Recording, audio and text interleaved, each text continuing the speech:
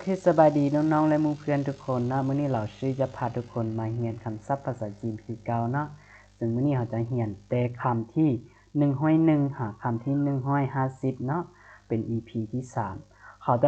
现在我们开始吧โอเคเรามาเบิ่งคำที่101房间房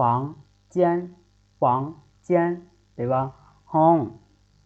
房间下一个คำที่102房子房子房子房子แปลว่าเรือน房子好下一个คำที่103放放แปลว่าหวัง放好下一个คำที่104放假放假放假แปลว่าวันพัก放假วันพัก好下一个คำที่105放学放学放学แปลว่าพักเรียน放学好下一个คำที่106飞飞แปลว่าบิน飞下一个คำที่107飞机飞机飞机แปลว่าเรือบิน飞机好下一个คำที่108非常非常非常แปลว่าหลาย非常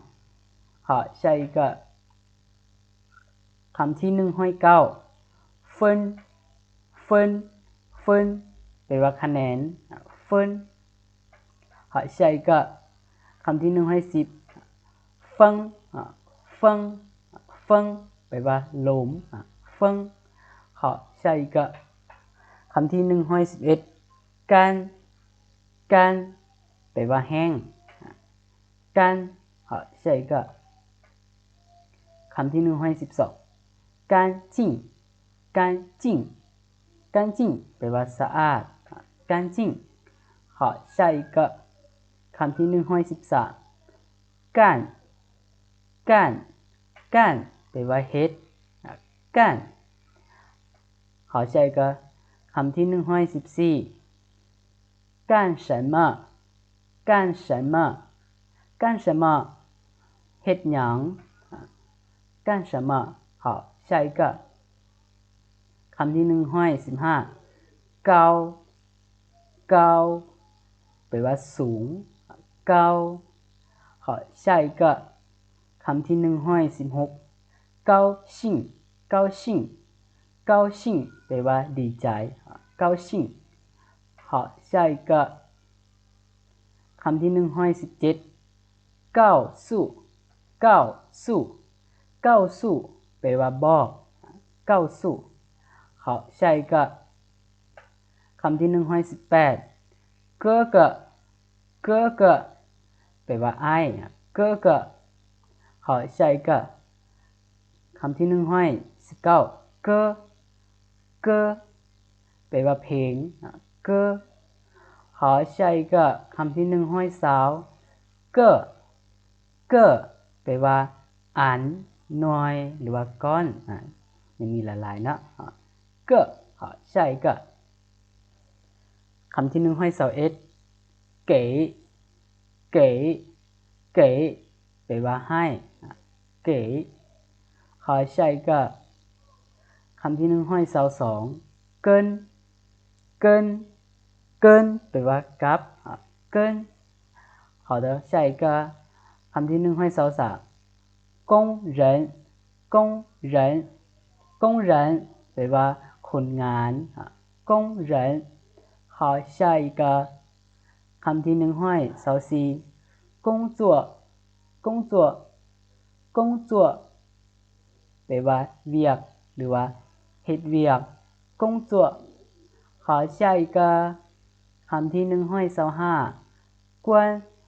关关แปลว่าปิด关好下一个คำที่126关上关上ปิดคือกันเนาะ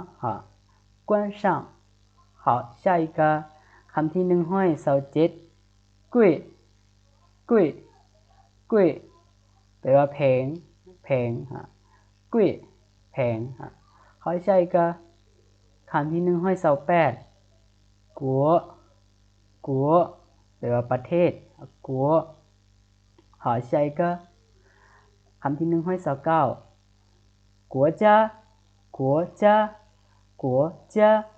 แปลว่าประเทศกัวจ้า好下一个คำที่130กัวไหว้กัวไหว้แปลว่าต่างประเทศกัวไหว้好下一个คำที่131กัวกัวแปลว่าเคยหรือว่าผ่านกัว好下一个คำที่132หายหายแปลว่าหยังหาย好的下一个คำที่133หายชื่อหายชื่อแปลว่าหรือว่าหายชื่อ好下一个คำที่134还有还有还有แปลว่ายังมี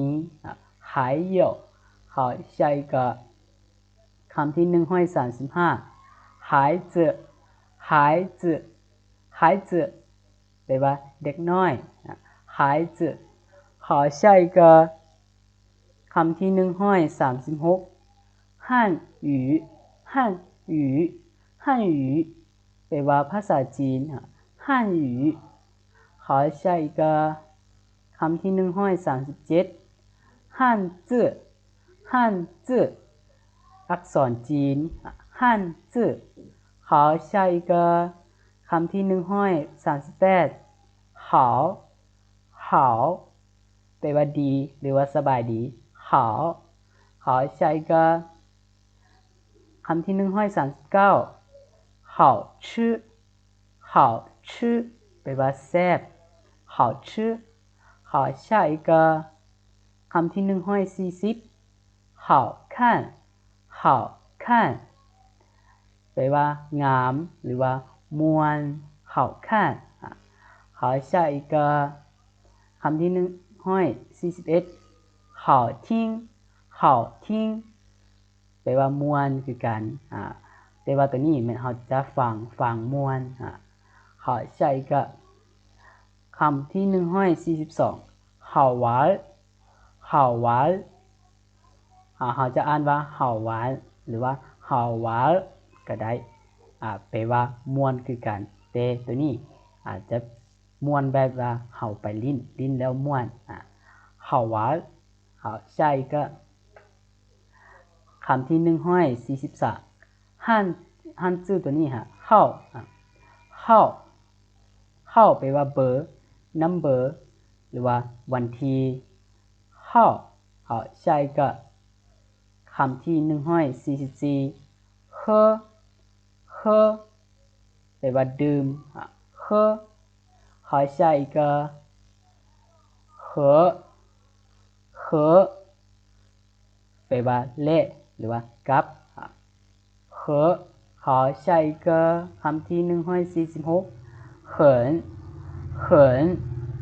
แปลว่าหลายเขินหลาย下一个คำที่147โหแปลว่าหลังโห好下一个คำที่148后边แปลว่าด้านหลัง后边好下一个คำที่149后天แปลว่ามื้อหือ后天好下一个花แปลว่าดอกไม้花ดอกไม้โอเคและนี้แม่นคำที่101คำที่150เนาะโอเคสำหรับคลิปวิดีโอมื้อนี้แม่นพวกเราจะเรียนแต่ซ้ำนี้ไปก่อนเนาะโอ โอเคถ้าน้องๆคิดว่าวิดีโอนี้ให้ความรู้และมีคุณค่าก็อย่าลืมกดไลค์กดแชร์เพื่อเป็นกำลังใจให้